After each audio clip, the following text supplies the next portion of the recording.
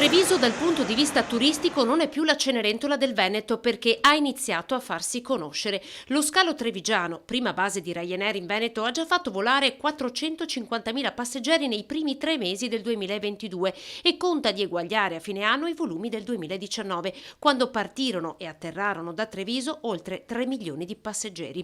È soddisfatto il sindaco. Paga dice aver creduto in un aeroporto quando nel 2018 si discuteva ancora di venderne le quote. Oggi l'obiettivo è portare a casa tutto ciò che il master plan prevede nel minor tempo possibile. Oggi finalmente si potrà cominciare a vedere qualcosa di concreto e il primo tassello di questo master plan sarà proprio la passerella sopra la Noalese, che quindi renderà più fluido il traffico, più sicuri i turisti e i pedoni e i passeggeri. Quindi sicuramente qualcosa di importante che va a braccetto con i numeri che sono stati tra l'altro annunciati oggi con questa campagna promozionale turistica del territorio della Marca Trevigiana. 100.000 euro sono stati investiti da Comune e Consorzio del Prosecco, che hanno fatto fermare, lo dicono i dati, finalmente i turisti anche a Treviso con una promozione mirata del territorio e delle sue peculiarità.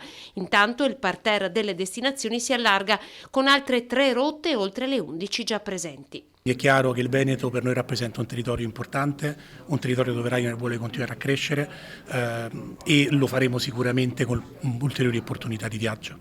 Treviso quest'estate arriva a oltre 40 destinazioni, se pensiamo che pre-pandemia eravamo circa 32, di conseguenza ovviamente molte più destinazioni, molto più attrattività, e questo tipo di promozione da parte del Comune che fa conoscere Treviso e il suo territorio aiutano a migliorare quello che sono i flussi turistici. Ma oltre ai numeri di chi parte è importante sottolineare che cosa cambia per chi resta. Ad oggi lo scalo trevigiano porta in dote 2.000 posti di lavoro, di cui 60 sono diretti.